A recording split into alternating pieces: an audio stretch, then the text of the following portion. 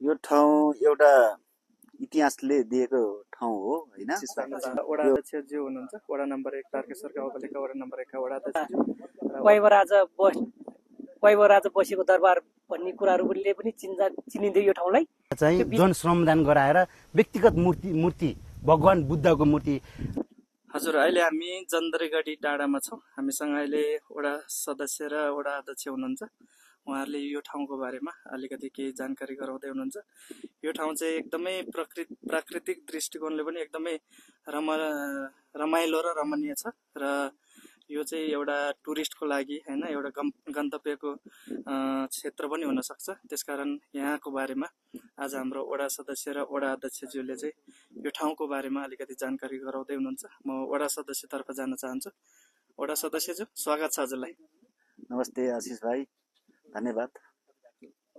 तपाईले जानकारी गराइदिनु न यो ठाउँको बारेमा। तपाईँ त झन् यो माथिल्लो भेगको मान्छे, यो एरियाकै मान्छे भनौँ हैन। यो ठाउँको बारेमा तपाईले प्रचार प्रसार गर्नु पर्दाखेरि कसरी गर्नुहुन्छ? यो ठाउँ एउटा इतिहासले दिएको ठाउँ हो हैन। हजुर, यो पहिला चाहिँ यो एउटा गढी भन्ने ठाउँमा चाहिँ राजाहरूले बसोबास गरेको भन्ने कुरा छ। त्यस पछाडि अब हामी स्थानीय सरकारमा जननिर्वाचित भइसके पछाडि जनताको मत पाएर हामीले चाहिँ यो ठाउँलाई के परिवर्तन गर्छु भनेर हामी एकदम निरन्तर लागिरहेछौँ। जस्तै यो वार्ड नम्बर 1 भित्र यस्ता चिजहरूको खोजीमा छौँ हामी। एकको यो माथि जन्द्रेको फेददेखि लिएर लर्के फलाटे सेलडाँडादेखि हल्ले कुना कातिकेसम्मका यस्ता ठाउँहरूको लागि हामी जहिले नै खोजी नीतिमै छु र अहिले हामीले यो ठाउँलाई चाहिँ अलिकति प्राकृतिकले पनि दिएको हैन। हरेक दृष्टिकोणले हेर्दाखेरि यो ठाउँ साँच्चीकै पर्यटकीय स्थल हुने ठाउँ भएको हिसाबले हामीले हाम्रो गाउँपालिकाले र हाम्रो वडा अध्यक्षज्यू हामी सबै मिलेर यसको लागि अब बजेट विनियोजन गर्नको लागि प्रदेश सरकारलाई पनि हामीले पटक यो अनुरोध सहित वडाबाट सिफारिस गरेर पठाएको छु। वडा अध्यक्ष यही हुनुहुन्छ, उहाँ हामी सबै मिलेर भने हामीले सकेको हामी गरिरहेको छु। आशिष भाइ, अब हामीले यो पनि हाम्रो तारकेश्वर गाउँपालिकाबाट नै हामीले यो एउटा नमुना पहिचान को स्वरूप यो लपडाँडाको एउटा चिनोको रूपमा चाहिँ हामीले यो तारकेश्वर गाउँपालिकाबाट नै बजेट विनियोजन गरेर बनाऊ। अब यसमा चाहिँ हामीले अझै यसलाई डेकोरेसन गर्नलाई अब अथाह सोचहरू गरिरहेका छन्। अब यसमा अब यसलाई अब विभिन्न किसिमको अब यो हुन्छ नि, यो सल्लो मात्र नभएर हैन, साइडमा यो अशोकका बिरुवाहरू हुन्छन्। यो बिरुवा भोदेखि लिएर अर्को यो के भन्छ त्यो फासु के भन्ने यी बिरुवाहरू चाहिँ लिएर हैन भविष्यमा चाहिँ यो ठाउँलाई साँच्चीकै यो एउटा पर्यटकीय स्थलको नमुना भन्छन्। अरू ठाउँहरू पनि यसो फलाना यस्तो उस्तो भन्छन्, जाँदाखेरि केही पनि देख्दैन। हाम्रो चाहिँ त्यो मात्र नभएर साँच्चीकै ओहो यो आहा अच्छा भन्ने हिसाबले भन्ने सोच बनाउने सोच छ।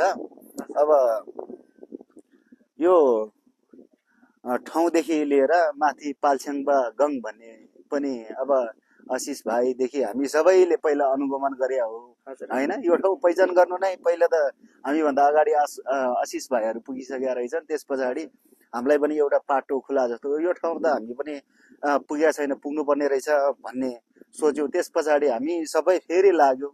त्यसमा हामीले तारकेश्वर गाउँपालिकाद्वारा एउटा छुर्तेन निर्माण पनि गरेका छ भने अब त्यो मात्र नभएर भोलिको दिनमा यसलाई अझै राम्रो बनाउने हिसाबमा हामी र हाम्रो गाउँवासी सबै लागिरहेछौँ। यसमा यो जन्द्रेवासी मात्र नभएर यो तारकेश्वर वार्ड नम्बर 1 भित्रको सम्पूर्ण हाम्रो बुद्धिजीवी समाजसेवी हैन सम्पूर्णलाई चाहिँ अब यो ठाउँको लागि बनाउन हामी अगुवाई गर्न चाहन्छौँ। हामी मात्र गर्छु भन्दिनँ, हामी सबैको साथ र समर्थनमा यो ठाउँलाई चाहिँ अब एक किसिमको यो साँच्चीकै यो पर्यटकीय स्थल तारकेश्वरको एउटा पहिचानको स्वरूपमा चाहिँ बनाउनु पर्छ भनेर लागिरहेछौँ। अब यो गढीमा चाहिँ अहिले पनि अब हामीले माथि अब योभन्दा अगाडिको बजेटले केही त्यो डेकोरेसनहरू हजुर गरिसकेका छन्। ढुङ्गाहरू मिलाउनेदेखि सिँढी खुर्किलो योभन्दा अघिल्लो सरकारले पनि अलिकति गरेको रहेछन्। त्यसमाथि हामीले प्लस पोइन्ट अझ हामीले बढी गरिरहेछन्। अझै हाम्रो 2 कार्यकाल छ। यो कार्यकालमा हामी सकिएको गर्छौँ भन्ने सोच भावना छ। यो गाउँले पुरा पूर्ण रूपमा हामीलाई साथ र समर्थन दिइरहेछ हैन। हजुर त्यही भएर अब हामी चाहिँ अब यही ठाउँलाई चाहिँ एउटा नमुनाको स्वरूप बनाउने उद्देश्यका साथ उत्रिया छु। दाइले अब ठ्याक्कै यो ठाउँमा चाहिँ यो जन्द्रेगढीमा चाहिँ के छ एकचोटि सर र भनिदिनु अहिले भएको चाहिँ अहिले लकडाँडा भयो यो एउटा लकडाँडा छ। अनि त्यसपछि माथि हाम्रो अब यो कोही घुम्न आउने साथीहरूलाई एउटा खानेपानीको धाराको सुविधा पनि छन् हैन। पिकनिक स्पोटहरूको लागि एउटा आधारभूत समस्या भनेको यो खानेपानी पनि हो, त्यो पनि छ। अब त्योभन्दा माथि अरू अब घुम्ने रमणीय ठाउँहरू छन्। अहिले हाम्रो वडा अध्यक्षज्यूले एउटा व्यक्तिगत स्वरूप अब हाम्रो भगवान बुद्धको मूर्ति निर्माण गर्नको लागि अब यो गाउँले सम्पूर्णले जनसमाधान गरेर ठाउँ बनाइसकेका छन्। अब बिस्तारै त्यो थप मूर्तिहरू राख्ने हामी कोसिसमा छौँ हामी सबै। अब यो पुरानो राजाको दरबारहरू छन्। यो भित्र विभिन्न किसिमको यो गाउँलेको बासीको कुरा अनुसार भनाइ अनुसार चाहिँ यहाँ चाहिँ राति पनि बल्थ्यो अरे हैन। हजुर यहाँ झलमल्लै बल्थ्यो अरे। एउटा बाङको सल्लो रहेछ। यो तल्लोको काभ्रेतिरको मान्छेले के बोलेको भनेर भन्थ्यो अरे। यो एउटा शक्तिको ठाउँ पनि रहेछ भन्ने कुरो बुझिन्छन्। अब परापूर्व कालमा यो राजाहरूले बसोबास गरेको दरबारहरू चाहिँ एउटा नमुनाको रूपमा छन् हैन। यो चिजहरूले चाहिँ हामीले अब यो हराउनु हुँदैन। र त्यस पछाडि मुनि अब एउटा ढिकीको र जातोको पनि नमुना अहिले छ। पहिलाको त्यो एउटा नमुनालाई चाहिँ अहिले चाहिँ त्यसलाई चाहिँ एउटा ढिकी जातोको रूपमा अब सुरक्षाका साथ त्यो पनि छ। र अरू यही नै हो। अरू हुन्छ दाइ, तपाईँलाई धेरै धेरै धन्यवाद। अहिले हामी फेरि यता वडा अध्यक्षज्यू हुनुहुन्छ, वडा नम्बर 1 तारकेश्वर गाउँपालिका वडा नम्बर 1 का वडा अध्यक्षज्यू र वडा सदस्यज्यू पनि हुनुहुन्छ। यो ठाउँको बारेमा वडा अध्यक्षज्यूलाई म सोध्न चाहे, यो ठाउँको बारेमा पहिला कस्तो थियो, अहिले तपाईँको कार्यकालमा कस्तो बन्यो, यो ठाउँ कस्तो ठाउँ हो, तपाईँले बनाउन खोजेको के हो हैन। तपाईँले अहिले मूर्तिहरू पनि दिन खोज्दै हुनुहुन्छ यो ठाउँको लागि, धेरै कुराहरू छ। यो सबै कुराहरू तपाईँले विस्तृत रूपमा एकचोटि हजुरकै मुखबाट सुन्न पाऊँ। धन्यवाद हाम्रो आशिष भाइलाई।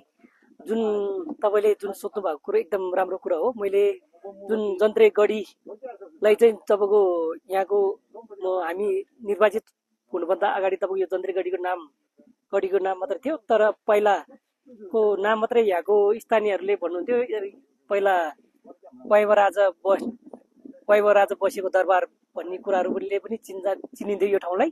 त्यो बिचको कुराहरूलाई मैले लिएर अब तत्कालै हामीले विकास गर्ने बेलामा यहाँको पहिचान नभइकन हामीले काम सुरुवात गर्दाखेरि भोलि दिनमा केही कमजोरी आयो भने हामीमाथि अलि प्रहार होला कि भनेर त्यो कुरालाई मैले छाती राखेर अलिकति ढिलो सुस्ती हामीले विकासले ढिलाइ भएको म यहाँको स्थानीयवासी अथवा यहाँ तारकेश्वरवासीलाई म जानकारी गराउन चाहन्छु। किनभने योभन्दा अगाडि जुन ढिकी जातोकोले हाम्रो एउटा जन्द्रेगढीलाई ढिकी जातोबाट पहिचान गरायो। जुन ढिकी जातो जुन पहिचान गराउँदाखेरि ढिकी जातोको हिसाबले तारकेश्वरको हिसाबले ढिकी जातो हाम्रो तारकेश्वर गाउँपालिकाले योभन्दा अगाडिको सरकारले 6 नम्बरको फिर्के बढीको ढिकी जातोलाई चाहिँ नामकरण भएछ। तपाईँको यो अहिले तारकेश्वर 1 को चाहिँ यो ढिकी जातो यहाँकोलाई चाहिँ तपाईँको जन्द्रेगढी भनेर नामकरण भयो भने चाहिँ यो कुराले नै अलिकति यहाँ कुरा बाजिएको छ सरकार जुन गरेको गरिबीलाई। त्यसले गर्दाखेरि मैले चाहिँ त्यस्तो कुराहरू भोलि यो ठाउँको मान्छेले नै यो ठाउँको इतिहास बोकेको ठाउँलाई इतिहासको कुराहरू चाहिँ हामीले पहिला पुर्खाको कुराहरू र लेखामा भएको कुरा चाहिँ खोजी गरेर मात्रै यसलाई अब त्यहाँ अनुसारले काम गर्नुपर्छ भन्ने अपेक्षा थियो। तर यो कुनै पनि तपाईँको हाम्रो पहिलाको कुरा मात्रै रहेछ, लिखिपत्रले नभएको कारणले गर्दाखेरि अब यो जन्द्रेगढीलाई चाहिँ तपाईँको हामीले चाहिँ अब कसरी चाहिँ यहाँको पर्यटन स्थल बनाउने भन्ने कुरामा मलाई चाहिँ कुरा आइसक्यो। अब यो पर्यटन स्थल हामीले बनाउनलाई हामी यहाँको स्थानीयवासी र यहाँको हामी सबैको सल्लाह लिएर हामीले एउटा सानो पोहोर तपाईँको पैसा हालेर जुन हामीले अझै पनि के अगाडि यो यहाँको कुरा चाहिँ हामीले काम गर्दाखेरि गरिरहेको कामलाई हामीले गल्ती र राम्रो काम गर्यो भन्ने कुराहरू के सल्लाह सुझाव पाउँछ कि भनेर हामीले 2 लाख बजेट हालेर तपाईँको त्यो जुन अहिले हामीले जुन ढिकी जातोबाट एक राउन्ड लाउने तपाईँको ठाउँ तपाईँको हामीले ढुङ्गा जुन सिँढी खुड्किला जस्तो ढुङ्गाबाट तपाईँको पुरै राउन्ड बनाइदिएको छु। र त्यसपछि तपाईँको त्यो बिच पनि धेरैसँग एक वर्ष तपाईँको हामीले सल्लाह लिन खोज्यौँ यहाँको वासीबाट, कहीँबाट नि तपाईँको यहाँको लेखनमा कहीँ नभेटेपछि तैपनि हामी एउटा पार्क चाहिँ बनाउनु पर्यो भनेपछि यो ठाउँलाई पर्यटन आउने वातावरण बनाउनु पर्यो भनेपछि हाम्रो एउटा पार्क एउटा सानो बजेट छुट्याएर 1.5 लाखको बजेटले एउटा पार्क यहाँ बनाउन हामी सफल भएको छौँ। अझै पनि तपाईँको हामीले स्थानीय सरकारले जुन तपाईँको प्रदेश सङ्घलाई हामीले निर्वाचित भएदेखि 3 वर्ष भयो हामीले योजना बजेट मागेको छौँ पर्यटन स्थलको लागि। अब आउने यो वर्ष पनि तपाईँको हामीले सङ्घलाई यो बजेट छुट्टिने भन्दा अगाडि अहिले पनि हामीले अगाडि जानकारी गरिसकेको छौँ। अब प्रदेश सरकारलाई पनि हामी माग गर्न हामी अगाडि गइरहेको छौँ। अझै पनि तपाईँको योलाई जुन आज हामीले हेरिरहँदाखेरि जन्तेरगढीलाई मात्रै हेऱ्यो भन्ने मात्र कुरो होइन, जुन हाम्रो पालछिङ्बो गाउँलाई पनि तपाईँहरूकै मार्फतबाट आशिष ज्यूबाट जुन तपाईँहरूले अब फेसबुक पेजबाट तपाईँको हाम्रो राजु यहाँको स्थानीयवासीले तपाईँको अवलोकन गरेर तपाईँहरूले त्यो ठाउँ पुग्दाखेरि हामी पनि पुग्दाखेरि तपाईँ एउटा तपाईँको हामी सफल भएको छौँ। किनभने यो डाँडालाई पर्यटनलाई तपाईँको जुन अहिले पर्यटनहरू आएको देखेर हामी एकदम खुसी भएको छौँ। हामी यहाँको स्थानीयले सर्वदान गरेर बाटो त्यो ठाउँसम्म गोरेटो बाटो अब सिँढी बनाएर लगेका छौँ। त्यही भएर जुन यो मात्रै नभएर अब हामीले लोङै रा भनिन्छ, लोङै रालाई पनि बजेट हालेर हामीले एउटा पोखरीलाई पनि पहिचान गरिदिएको छ है। तपाईँहरू पुग्नु भने लोङै रा पनि अहिले तपाईँ देख्न सक्नुहुन्छ।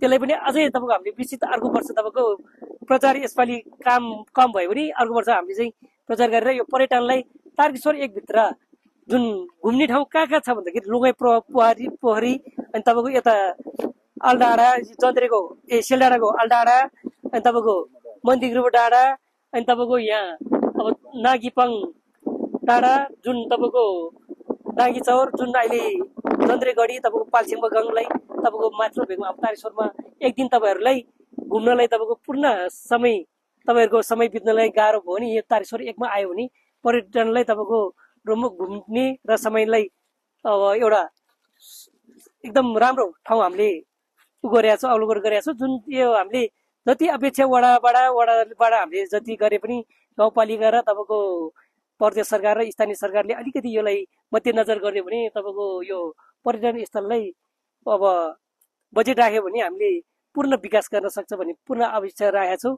र अरू कुरा चाहिँ जुन मैले यहाँ जति पनि म अब निर्वाचित भएर अहिले जहाँ पनि मैले विकास गर्दाखेरि यहाँलाई के तपाईँको आफ्नो सेवा सुविधाबाट र आफ्नो व्यक्तिगतबाट के गर्नुपर्छ भन्ने म हिजो यही लागेको मान्छे। त्यसले गर्दाखेरि आज मैले सानो यो ठाउँलाई एउटा पहिचान दिने ठाउँ जन्त्रेगढीलाई अब जन्त्रेगढी बुद्ध पार्क भनेर मैले अब एउटा बुद्ध मैले अब आज शिलान्यास पनि गर्दैछु र मैले बुद्ध पनि अब यो म आफैले रूप बुद्ध राख्ने निर्माण गरिदिने छु भनेर मैले यहाँ सबैलाई घोषणा पनि गरेको थियो। त्यसले गर्दाखेरि आज मैले जुन शुभ दिन मानेर बुद्ध जयन्तीको दिनमा बुद्धको जयन्तीको दिनमा बुद्धको अब शिलान्यास गरेर मात्रै बुद्धलाई तपाईँको पहिचान जन्मको दिन पहिचान गर्ने र अलिकति तपाईँ आफूले दान पनि गर्नुपर्छ भनेर आज मैले एउटा अब म्योग